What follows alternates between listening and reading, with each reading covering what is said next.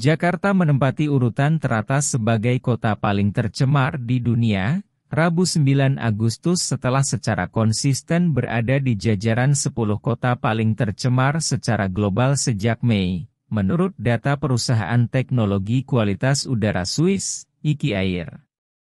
Jakarta, yang berpenduduk lebih dari 10 juta jiwa, mencatat tingkat polusi udara yang tidak sehat hampir setiap hari, menurut IKI Air.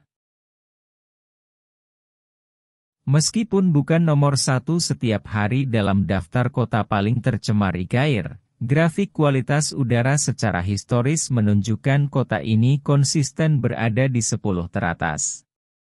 Penduduk Jakarta mengeluhkan udara beracun dari lalu lintas, asap industri, dan pembangkit listrik tenaga batu bara. Beberapa dari mereka mengajukan dan memenangkan gugatan perdata pada tahun 2021 menuntut pemerintah mengambil tindakan untuk mengendalikan polusi udara. Jakarta telah lama menghadapi masalah serius terkait polusi udara dan lingkungan. Polusi udara tinggi dapat memiliki dampak yang merugikan terhadap kesehatan dan kesejahteraan warga. Beberapa dampak buruk dari tingkat polusi udara yang tinggi di Jakarta termasuk 1. Memicu penyakit. Paparan polusi udara dapat menyebabkan masalah pernapasan seperti iritasi pada mata, hidung, dan tenggorokan, serta memperburuk kondisi seperti asma, bronkitis, dan penyakit paru obstruktif kronis, POK. Tingkat polusi yang tinggi juga dapat meningkatkan risiko penyakit kardiovaskular. 2. Penyakit pernapasan kronis. Pemaparan jangka panjang terhadap polusi udara dapat menyebabkan perkembangan penyakit pernapasan kronis. Ini dapat mengurangi kualitas hidup warga, membatasi aktivitas sehari-hari, dan memerlukan perawatan medis yang berkelanjutan. 3. Penurunan fungsi paru-paru. Polusi udara dapat mengakibatkan penurunan fungsi paru-paru pada populasi yang terpapar secara terus-menerus.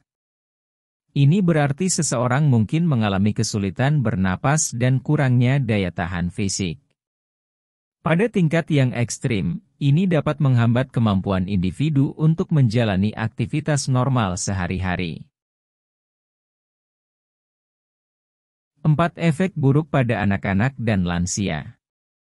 Anak-anak dan lansia adalah kelompok rentan terhadap dampak polusi udara. Anak-anak yang terpapar polusi udara dapat mengalami gangguan perkembangan paru-paru dan sistem kekebalan tubuh. Lansia juga berisiko tinggi mengalami masalah kesehatan yang lebih serius akibat paparan polusi. 5. Peningkatan biaya kesehatan. Polusi udara dapat mengakibatkan peningkatan biaya kesehatan bagi individu dan pemerintah.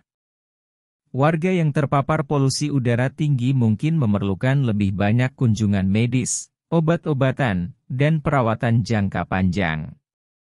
Ini juga dapat meningkatkan beban sistem kesehatan secara keseluruhan.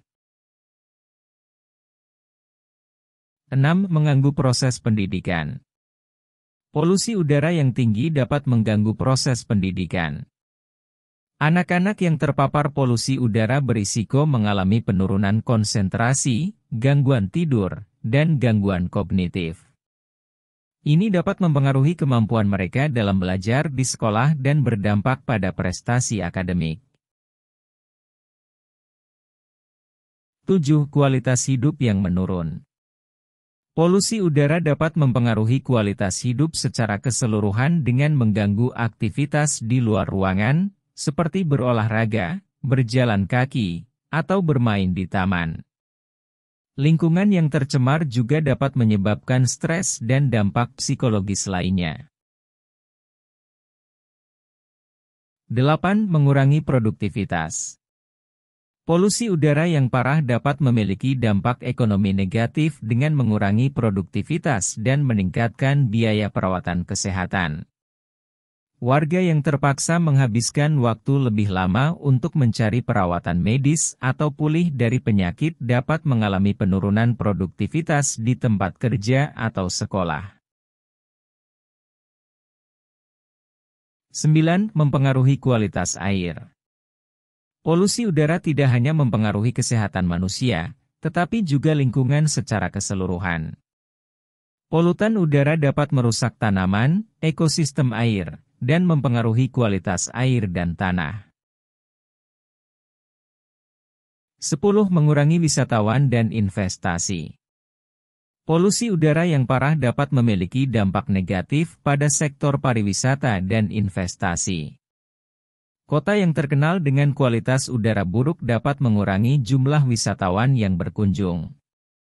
Selain itu, perusahaan mungkin kurang tertarik untuk berinvestasi di kawasan yang menderita masalah lingkungan yang serius.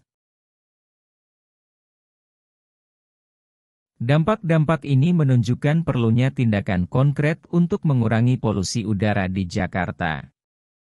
Upaya pencegahan, seperti pengurangan emisi kendaraan bermotor, peningkatan hijauan perkotaan, dan pengembangan teknologi bersih, dapat membantu mengatasi masalah polusi udara dan melindungi kesehatan serta kesejahteraan warga.